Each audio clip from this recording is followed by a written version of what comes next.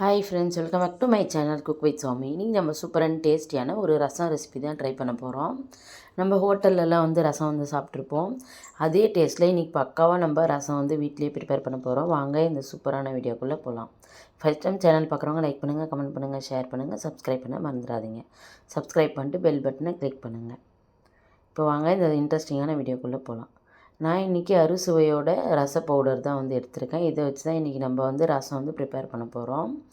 அதுக்கு ஃபஸ்ட்டு நான் ஒரு நெல்லிக்காய் சைஸ் அளவுக்கு புளியும் ஒரே ஒரு தக்காளி எடுத்திருக்கேன். காஞ்ச மிளகாய், கருவேப்பிலை, பூண்டு, அதுக்கப்புறம் மல்லித்தழை, தேவையான அளவுக்கு உப்பு எடுத்திருக்கேன். ஃபஸ்ட்டு நம்ம தக்காளி, அதுக்கப்புறம் புளி, இது ரெண்டுத்தையும் நல்லா நம்ம கரைச்சி எடுத்துக்கலாம். ஃப்ரெண்ட்ஸ் பாருங்கள், நல்லா நம்ம கை வச்சு எந்த அளவுக்கு கரைக்கிறோமோ அந்த அளவுக்கு நமக்கு ரசத்தோட டேஸ்ட் சூப்பராக இருக்கும்.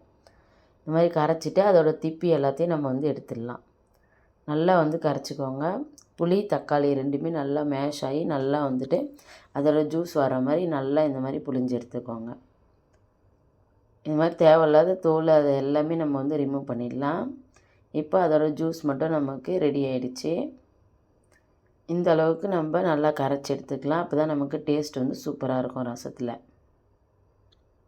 இப்போ ரெடி ஆகிடுச்சு. இப்போ தேவையான அளவுக்கு உப்பு சேர்த்துக்கோங்க.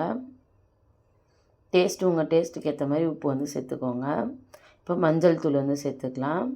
இப்போ தேவையான அளவுக்கு பெருங்காயத்தூள் சேர்த்துக்கலாம். இப்போ நமக்கு ஓரளவுக்கு ரசத்துக்கு நம்ம ரெடி பண்ணிட்டோம். இப்போ தாளிச்சிக்கலாம். எண்ணெய் ஊற்றிட்டேன். கடுகு போட்டுக்கலாம், கருவேப்பிலை போட்டுக்கலாம். இப்போ காஞ்ச மிளகாய் போட்டுக்கலாம். இப்போ நம்ம 1-2 தோலோடு இடித்து வச்சுருக்க பூண்டு சேர்த்துக்கலாம். சேர்த்துட்டு பூண்டோடு சேர்த்து நல்லா வதக்கிக்கோங்க. ஃப்ரெண்ட்ஸ் பாருங்கள், இந்த மாதிரி நல்லா வதக்கிக்கோங்க. நல்லா எண்ணெயில் அந்த ஃப்ளேவர் நல்லா இறங்கி வரணும். அந்த அளவுக்கு நல்லா வதக்கிக்கோங்க.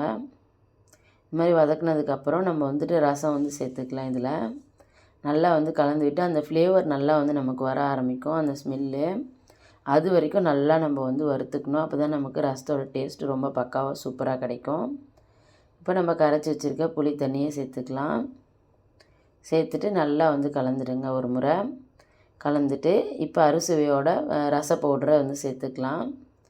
சேர்த்துட்டு நல்லா கலந்துக்கலாம். ஃப்ரெண்ட்ஸ் பாருங்கள், இந்த மாதிரி கரண்டி வச்சு நல்லா மிக்ஸ் பண்ணிக்கோங்க. ரொம்ப டேஸ்ட் நல்லா இருந்துச்சு. நீங்கள் ஹோட்டலில் ரசம் சாப்பிட்ருப்பீங்க. அது ரொம்ப டேஸ்ட் நல்லா இருந்திருக்கும். அதே மாதிரி வீட்டில் செய்யணுன்னு நீங்கள் ஆசைப்பட்டீங்கன்னா கண்டிப்பாக ட்ரை பண்ணி பாருங்கள். ரொம்பவே சூப்பராக டேஸ்டியாக இருந்துச்சு.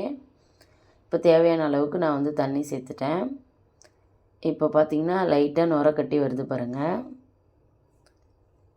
லைட்டாக கொதி வர ஆரம்பிக்கும் போது நம்ம அடுப்பு ஆஃப் பண்ணிடணும். அப்போ தான் ரசம் பர்ஃபெக்டாக நமக்கு கிடைக்கும்.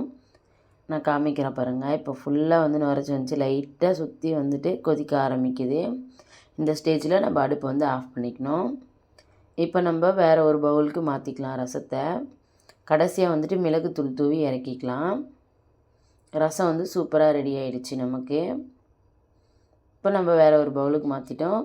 மல்லித்தழை தூவிக்கலாம். ஃப்ரெண்ட்ஸ் பாருங்கள், ரொம்பவே சூப்பரான டேஸ்டியான அறுசுவையோட ரசம் ரெடி ஆகிடுச்சு ஹோட்டல் ஸ்டைலில். தேங்க்ஸ் ஃபார் வாட்சிங். இன்னொரு சூப்பரான வீடியோவில் சந்திக்கலாம். Thank you, bye bye.